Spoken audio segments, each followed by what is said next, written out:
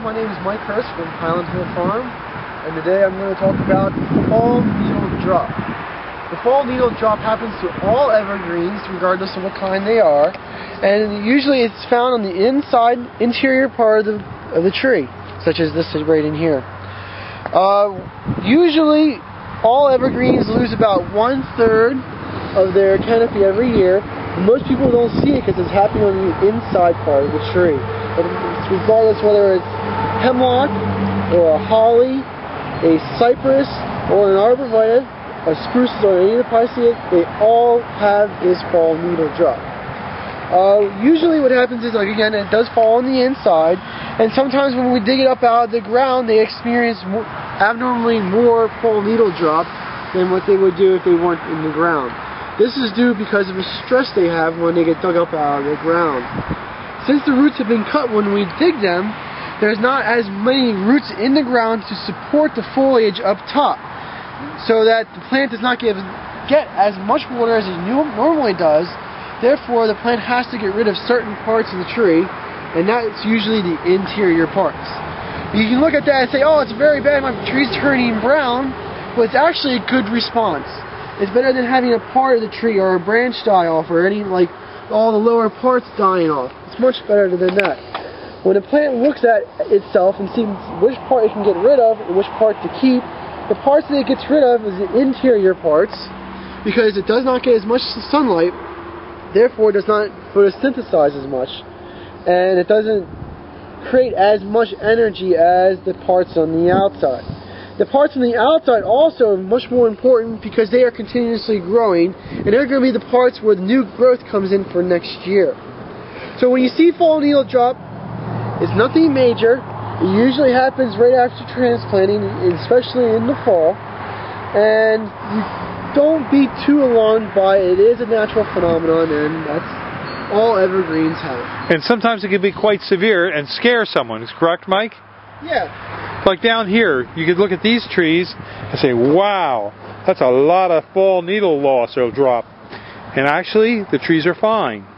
They will grow through this, and they will fall on the ground and become the mulch for that tree for next year. That's right. Okay, well, thank you very much. And you can see over here, here's a holly, and you can see some of the yellowing there, and that's doing the same thing. It's got some needle loss. Nothing to be concerned about. We're here at Highland Hill Farm on Route 313 in Fountainville, PA. I'm Bill Hurst doing the photography. I own the Highland Hill Farm. And this is Mike Lewis of Lewis Wholesale Nursery. Mike is one of the premier growers that we use here at Highland Hill Farm. We also grow a lot of arborvitaes, but we are supplied by Mike. He's right across the street from our nursery and our operation. And Mike is an expert on raising arborvitaes. Mike went and graduated from the Longwood School in Chester County, Pennsylvania, and he's a premier grower in Pennsylvania, world-renowned grower. I shouldn't say that, but that is the truth. Everyone in northeast Pennsylvania and the eastern seaboard who raises arborvitaes and nursery stock knows Mike Lewis here. So he's well known, and he's going to talk to you today about arborvitae trimming and how to trim them properly. And these are small arborvitaes, a Zebrina, green giant, and an emerald green. Okay, Mike. All right, what you want to do with your arborvitae is, when you prune them, you want to encourage them to have a single stem. Just one stem coming up out of the middle, like right here. What you want to do is knock back some of these extra stems. Here in the Northeast, we get a lot of wet, heavy snow, and if you have too many stems, they have a tendency to pull apart. Most of the time, they'll spring back, but sometimes you might get some breakage. So what we like to do is take the head shears and knock these tips back just a little bit, which will encourage a fuller, fatter plant, as well as keeping it up into a single stem. In school, we were always taught, when in doubt, cut it out. So you always want to, don't be afraid to take a little bit of foliage off the tree. Here, none of these plants, branches will come up into a single stem anymore, or into a multiple stem. You cut them back, this stem will dominate. Here on the green giant, we're going to do the same thing. This is a fairly full plant, so we're just going to tip it back all the way around to make a nice, fat, heavy plant. On green giants, we get a lot of vigorous growth, so you always want to make sure you just knock your tips back just a little bit, because they'll stretch out because they grow so fast. On the emerald greens, it's a much fatter, fuller plant, so you don't have to shear them nearly as hard. Just tip them back, go around the plant, and again, you have a couple little stems developing here. Just trim it back, so you just have one stem coming up to the top, and that'll make a nice full plant, which is what you want. Okay. That's it. Have a good day at Highland Hill Farm. Okay, thank you very much, Mike. We'll see you. This is the foliage of a Helleri holly.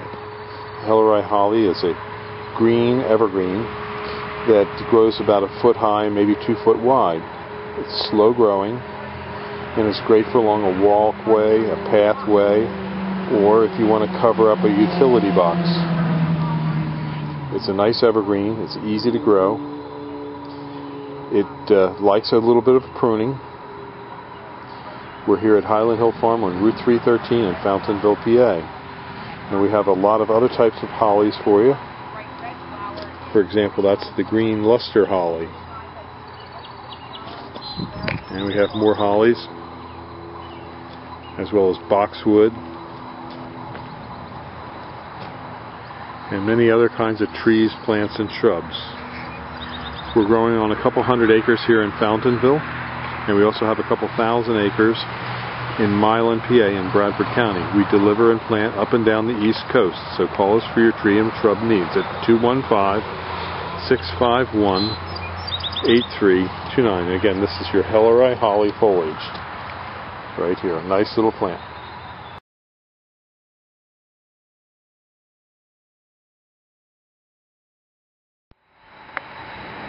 This is the foliage of the emerald green arborvitae. We're at Highland Hill Farm on Route 313 in Fountainville, PA. These are our 3-foot emerald greens. And as you notice, everything is under drip. We do everything under drip here at the farm in Highland Hill. We're in Bucks County on Route 313. We do deliver plant and mulch up and down the East Coast. We have thousands of trees, plants, and shrubs for you. This is our back area where we store a lot of material, and this is looking towards our offices and greenhouses.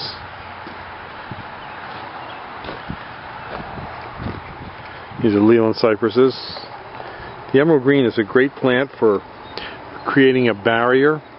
The problem with the emerald green is it is not deer resistant. It'll grow to 10 to 15 feet with this real beautiful emerald green colored foliage. Give us a call at 215-651-8329 for your tree and shrub needs. Thank you. This is Bill Hurst. Or see us at seedlingsrus.com. This is Cameocyparis gold mop. It's a deer-resistant plant that's used along walkways to hide utility boxes. Nice, bright, golden color. It's weeping in form and habitat. It can get to be a couple of feet high and wide, usually around 3 to 4 foot tall and 4 foot wide.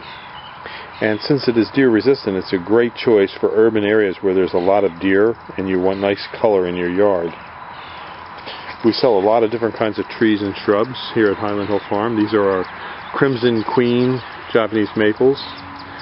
They have nice red foliage, but the gold thread cypress has a beautiful golden foliage, and it's nicely offset by the red of the Crimson Queen. We're here at Highland Hill Farm on Route 313. We specialize in a lot of trees, plants, and shrubs. We do a lot of windbreaks and barriers. We're located on 313 in Bucks County. Our website is seedlingsrus.com. We have a couple hundred acres here in Fountainville and a couple thousand acres in Bradford County. Our website is seedlingsrus.com, and our phone number is 215-651-8329. Thank you.